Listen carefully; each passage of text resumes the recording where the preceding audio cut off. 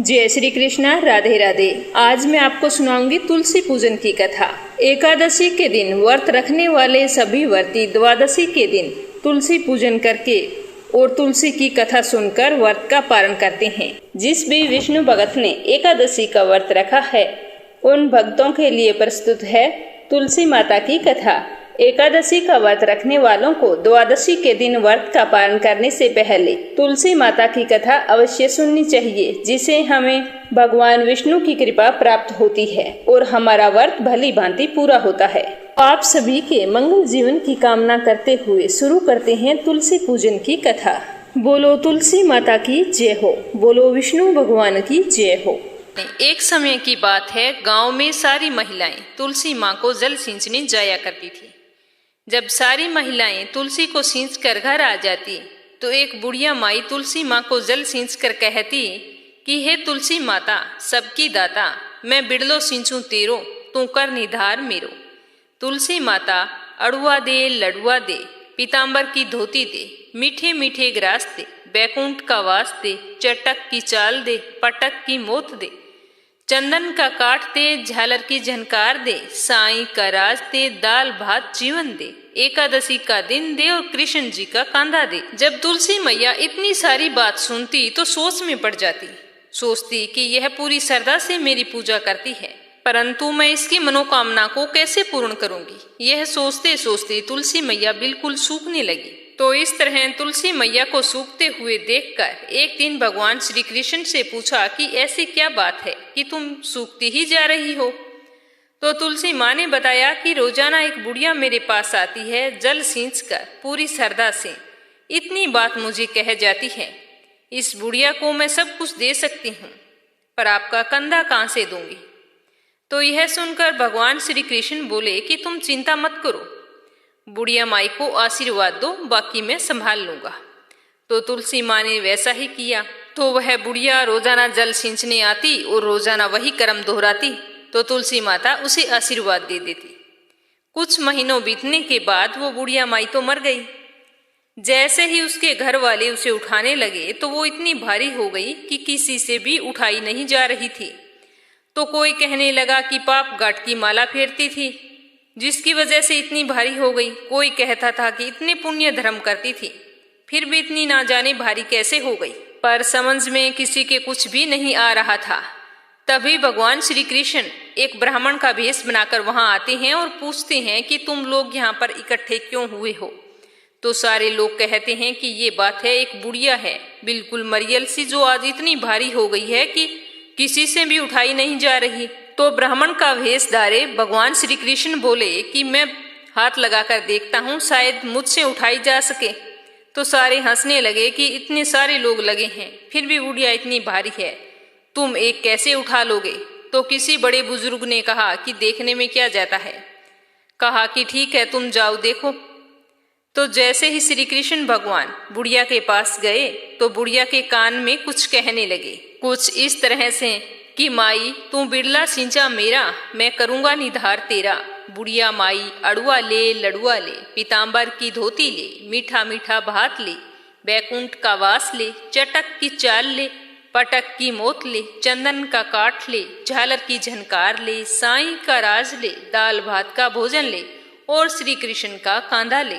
इतना कहते ही बुढ़िया माई तो बिल्कुल हल्की हो गई और श्री कृष्ण भगवान ने उसे झट से अपने कंधे पर उठाया और उसे मुक्ति प्रदान की। तो यह देखकर गांव वालों को बहुत ही आश्चर्य हुआ।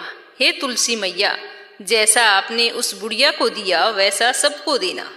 बुढ़िया क्यों मुक्ति दी वैसी सबको देना। अंत काल में सबको आपका कंधा मिले, आशीर्वाद देना। एक समय की बात है कि ठाकुर साहब के पास एक मुसलमान सज्जन आए। उनके गले में तुलसी की कंठी बंधी हुई थी। तो ठाकुर साहब ने पूछा कि आप मुसलमान होते हुए भी तुलसी की कंठी कैसे पहने हुए हो। तो उन्होंने कहा कि एक बार मैंने प्रत्यक्ष बड़ा चमत्कार देखा है, तभी से मैं ये तुलसी की माला हमेशा अपने साथ रखता हूँ। तो ठाकुर साहब ने कहा कि मैं आपसे निवेदन करता हूँ कि आपने कौन सा चमत्कार देखा, वो आप मुझे विस्तार से बताओ। तो यह सुनकर मुसलमान ने कहा कि एक समय मैं पैदल किसी दूसरे गांव को जा रहा था। रास्ते में जंगल था उस जंगल में एक पेड़ के नीचे बड़े आकार के 2 मानव मिले। मैं उन्हें देखते ही डर गया। तो मुझे इतना डरा हुआ देखकर उन्होंने कहा कि डरो मत, हम तो यमराज के दूत हैं। अभी थोड़ी देर में एक आदमी गाड़ी लेकर यहाँ से जाएगा, उसके बैलों की ज्योति टूट जाएगी, फिर हम बैल रूपी काल बनकर उसी को मार देंगे। तुम देखते रहना और यमलोक ले जाएंगे। तो यह सुनकर मैं वहां पर रुक गया। थोड़ी देर बाद एक गाड़ीवान गाड़ी लेकर आया और गाड़ी टूट गई।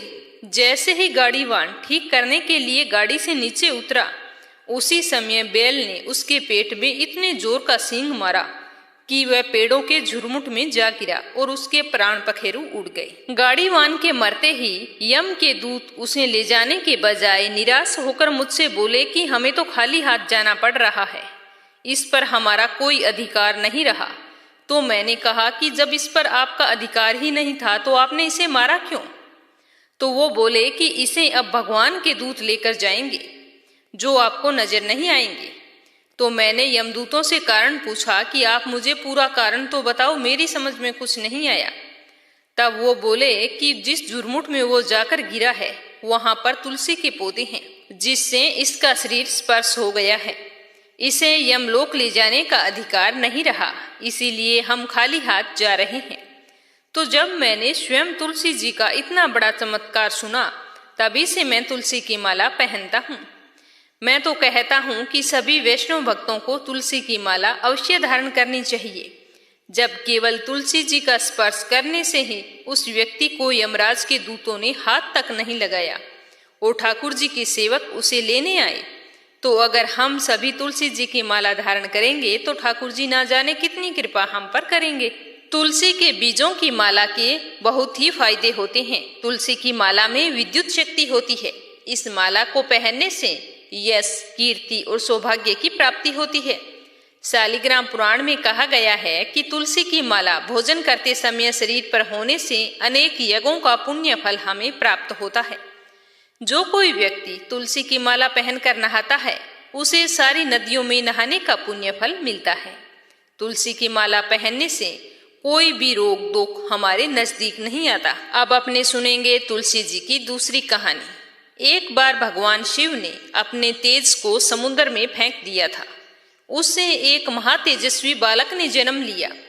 यह बालक आगे चलकर जालंधर के नाम से पराक्रमी दैत्य राजा बना। इसकी राजधानी का नाम था जालंधर की नगरी। दैत्यराज कालनेमी की कन्या वृंदा का विवाह जालंधर से हुआ। जालंधर महाराक्षस था। अपनी सत्ता के मद में चूर उसने माता लक्ष्मी को पाने की कामना से युद्ध किया, परंतु समुद्र से उत्पन्न होने के कारण माता लक्ष्मी ने उसे अपने भाई के रूप में स्वीकार किया था। तो वह वहां से पराजित होकर देवी पार्वती को पाने की लालसा से कैलाश पर्वत पर जा पहुंचा। भगवान देवादिदेव शिव जी का ही रूप धरकर माता पार्वती के समीप पहुंच गए, परंतु मां ने अपने योग बल से उसे तुरंत पहचान लिया और वहां से अंतर्ध्यान हो गई। देवी पार्वती ने क्रोधित होकर सारा वृत्तांत भगवान विष्णु को सुनाया। जालंधर की पत्नी वृंदा अत्यंत पतिव्रता स्त्री थी। उसके पतिव्रत धर्म की शक्ति से जालंधर को ना तो मारा जा सकता था और ना ही वह पराजित होता था। इसीलिए जालंधर का नाश करने के लिए वृंदा के पतिव्रत धर्म को भंग करना बहुत ही जरूरी था। इसी कारण भगवान विष्णु ऋषि का वेश धारण करके वन में जा पहुंचे, जहां वृंदा अकेली भ्रमण कर रही थी। भगवान के साथ 2 मायावी राक्षस भी थे, जिन्हें देखकर वृंदा भयभीत हो गई।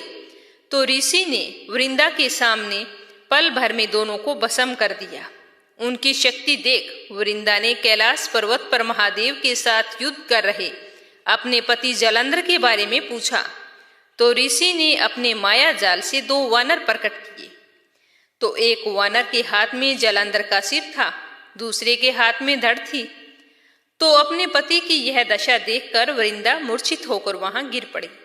होश में आने पर उन्होंने ऋषि रूपी भगवान से विनती की कि आप मेरे पति को जीवित करें। तो भगवान ने अपनी माया से जालंधर का सिर धड़ से जोड़ दिया, परंतु स्वयं भी उसके शरीर में प्रवेश कर गए।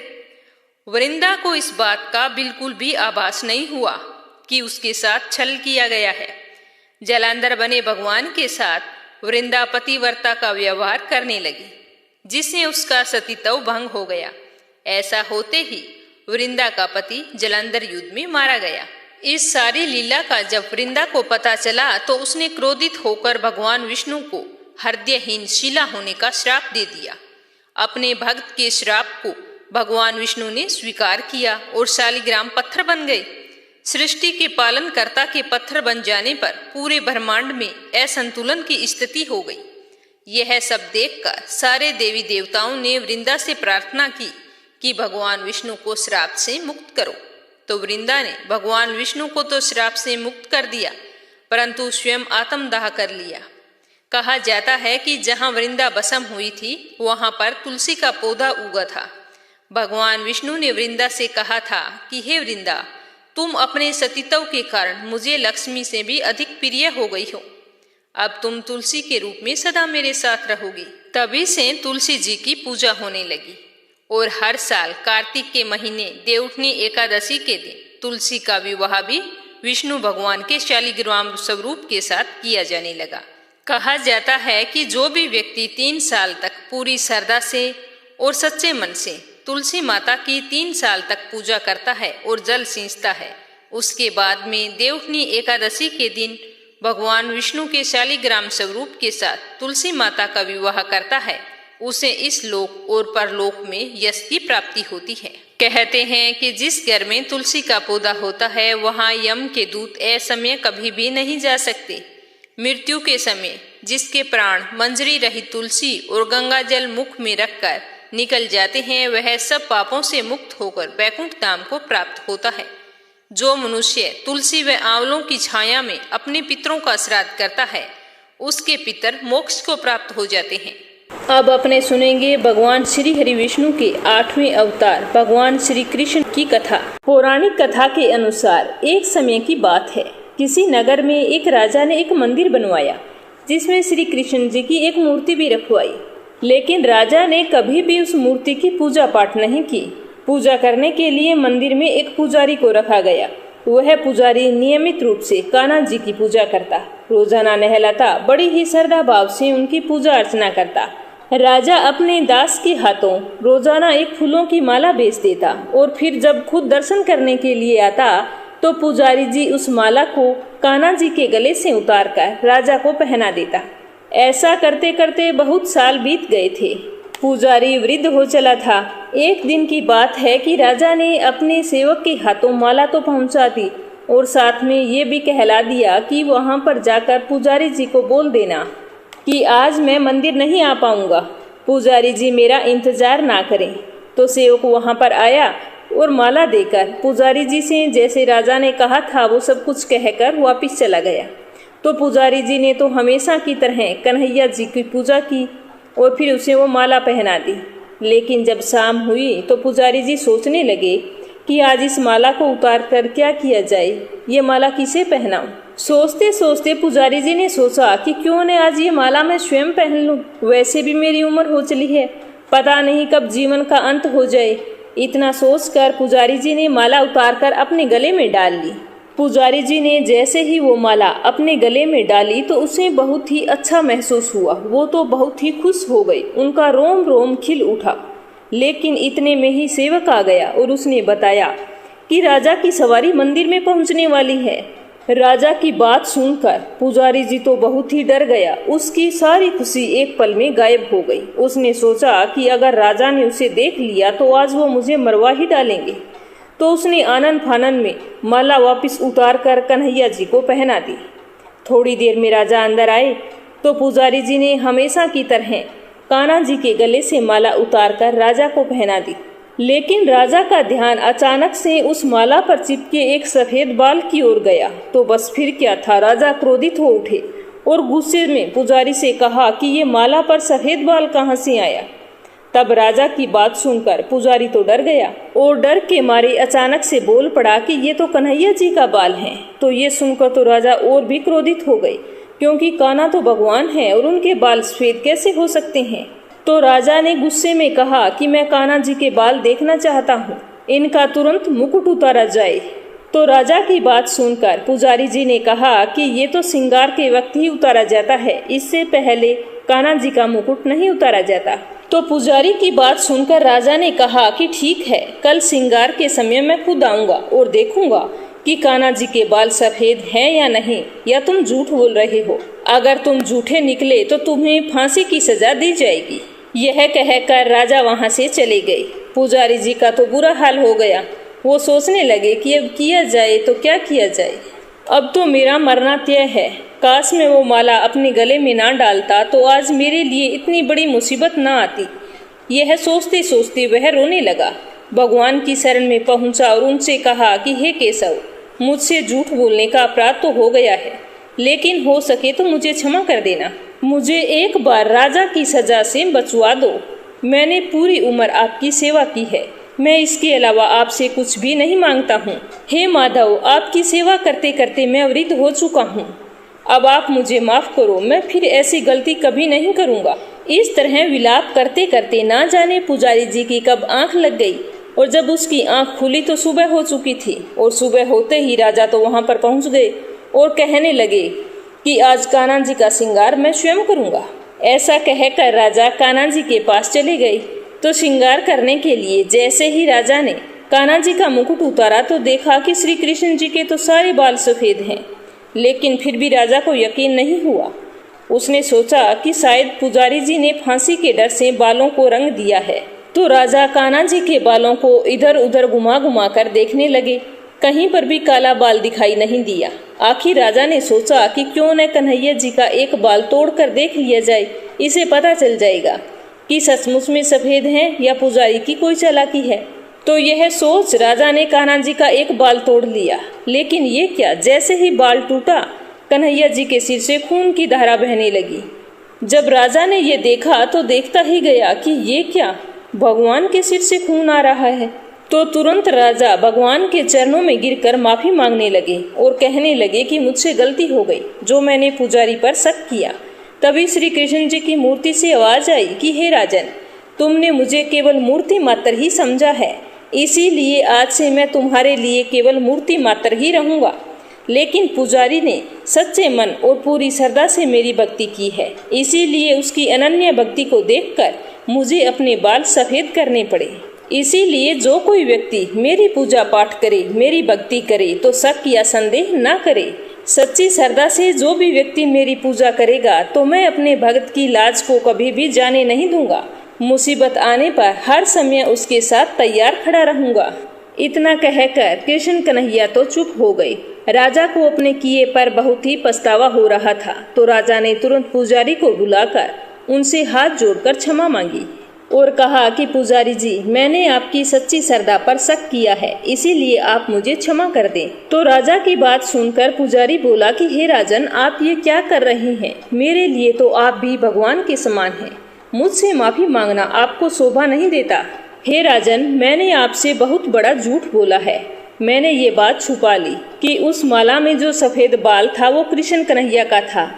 नहीं राजन, वो माला उस दिन मैंने अपने गले में डाल ली थी और डर के मारे आपसे झूठ बोल दिया। हे राजन, आप जो भी सजा दोगे मैं भुगतने के लिए तैयार हूँ। तो पुजारी की सारी बात सुनकर राजा ने कहा कि हाँ, सजा तो तुम्हें जरूर मिलेगी, आज और अभी मिलेगी। यह कहकर राजा ने कृष्ण कन्हैया के गले से माला उतारकर पुजारी के गले में डाल दी और कहा कि आज के बाद रोजाना ये माला तुम्हारे गले में होनी चाहिए। इस माला के हकदार तुम हो, मैं नहीं। तुमने सच्ची श्रद्धा से कृष्ण कन्हैया की पूजा की है।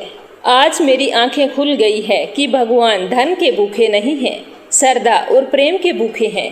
यह कहकर राजा ने पुजारी के चरण स्पर्श किए और खुशी खुशी अपने महल की ओर चल पड़े। पुजारी जी भी राजा में आए अचानक इस बदलाव से बहुत ही आश्चर्यचकित था। वो चुपचाप खड़ा एक बार राजा को देख रहा था और एक बार कृष्ण कन्हैया को देख रहा था। तो इस तरह कृष्ण कन्हैया ने अपने सच्चे भगत की जान बचाई। एक गांव में कृष्णाबाई नाम की एक बुढ़िया रहती थी। वह भगवान श्री कृष्ण की परम भगत थी। वह एक झोंपड़ी में रहती थी। कृष्णाबाई का वास्तविक नाम सुखिया था, पर कृष्ण भक्ति के कारण गांव वालों ने इसका नाम कृष्णाबाई रख दिया। वह घर घर जाकर झाड़ू पोछा बर्तन साफ करने, खाना बनाना यही काम करती थी। कृष्णाबाई रोजाना फूलों की माला बनाकर दोनों समय भगवान श्री कृष्ण जी को पहनाती थी और घंटों तक कान्हा जी से बातें करते रहते तो गांव के लोग सोचते कि ये बुढ़िया पागल है।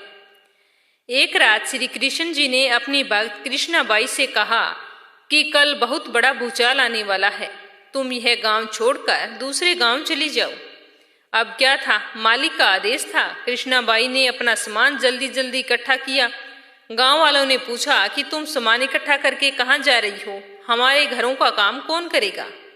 तो बुढ़िया बोली कि कल रात सपने में कान्हा जी आए थे और वो कह रहे थे कि बहुत बड़ी प्रलय होगी, पास वाले गांव में चली जा। तो सारे लोग कहने लगे कि ये तो पहले तो थोड़ी पागल थी, अब लगता है सारी ही पागल हो गई है। तो बुढ़िया ने कहा कि आप लोग भी ऐसा करो, सारा सामान इकट्ठा कर लो और चलो अपने दूसरे गांव में चलते हैं। अब लोग कहाँ उस बूढ़ी पागल की बात मानने वाले थे, जो भी सुनता जोर जोर से ठहाके लगाता। इतने में कृष्णाबाई ने एक बैलगाड़ी मंगवाई और अपने कान्हा जी की मूर्ति ली और सामान की गठरी बांधकर गाड़ी में बैठ गई। तो सारे लोग हंसने लगे। कृष्णाबाई जैसे ही जाने लगी, गांव की सीमा पास करने ही वाली थी, तभी कृष्ण भगवान ने आवाज लगाई कि अरे पगली, जाकर अपनी झोंपड़ी में से वो सुई ले आ जिससे तू मेरी माला बनाती है। तुम वो सुई नहीं लेकर आएगी तो मुझे माला कैसे पहनाएगी। तो यह सुनकर कृष्णाबाई तो बेचैन हो गई और तड़प गई बुरी तरह से कि मुझसे यह इतनी बड़ी भारी भूल कैसे हो गई, अब मैं कान्हा की माला कैसे बनाऊंगी। तो उसने गाड़ी वाले को झट से रोका और कहा कि मैं अभी आती हूँ, और झोंपड़ी की तरफ भागी। गांव वाले उसके पागलपन को देखते हुए खूब मजाक उड़ाते।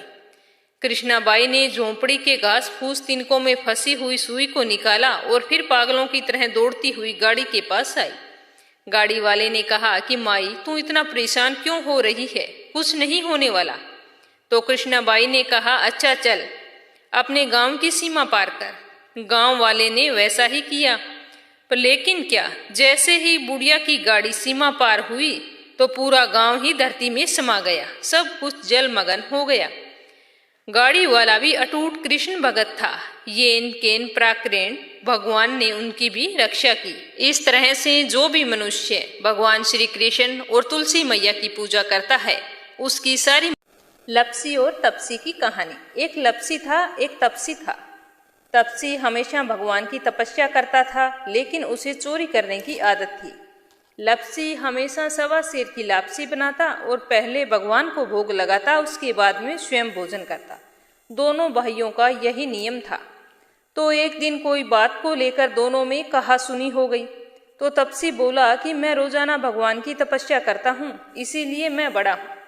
तो लपसी बोला कि मैं रोज भगवान को सवा सेर लापसी का भोग लगाता हूँ, इसीलिए मैं बड़ा हूँ। ऐसा कहते हुए दोनों जोर जोर से लड़ने लगे। तभी वहां से नारद जी गुजर रहे थे। दोनों को लड़ता हुआ देखकर वहां आए और उनसे पूछा कि तुम दोनों लड़ क्यों रहे हो। तो दोनों ने अपने आप को बड़ा बताया और साथ में बड़ा होने का कारण भी बताया।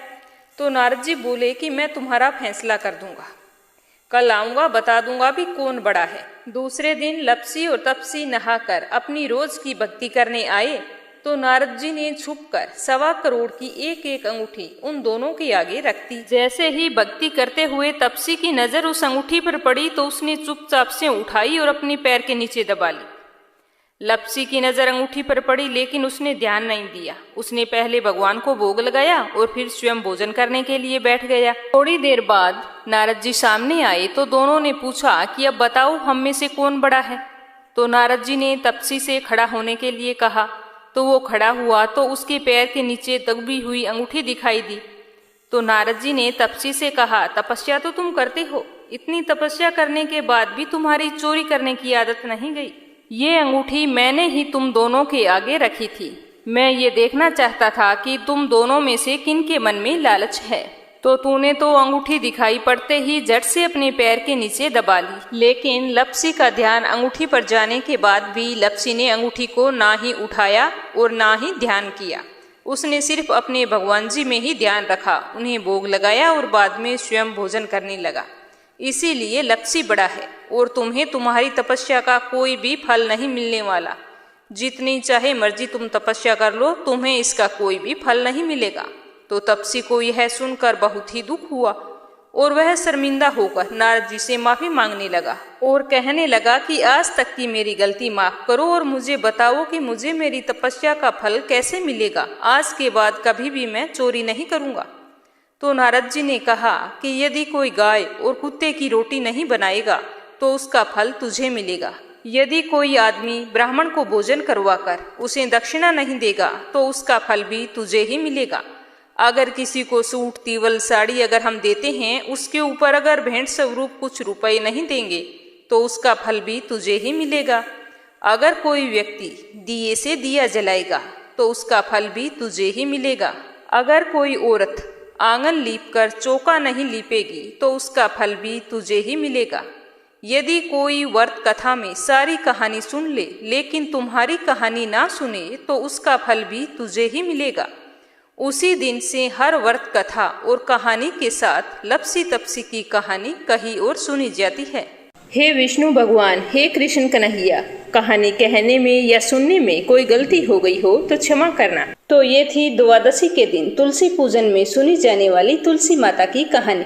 आपको जरूर पसंद आई होगी। तो आप सभी से मेरा निवेदन है कि इस कहानी को ज्यादा से ज्यादा शेयर करना, साथ ही कमेंट बॉक्स में जय हो विष्णु भगवान की अवश्य लिखना। और अगर आपने मीरा भक्ति चैनल को सब्सक्राइब नहीं किया है तो जरूर करना। आपका बहुत बहुत धन्यवाद। भगवान श्री हरि विष्णु आपकी सारी मनोकामनाएं पूरी करे, आपका जीवन मंगलमय हो, आप सदा सर्वदा सुखी रहे। जय श्री कृष्णा। राधे राधे।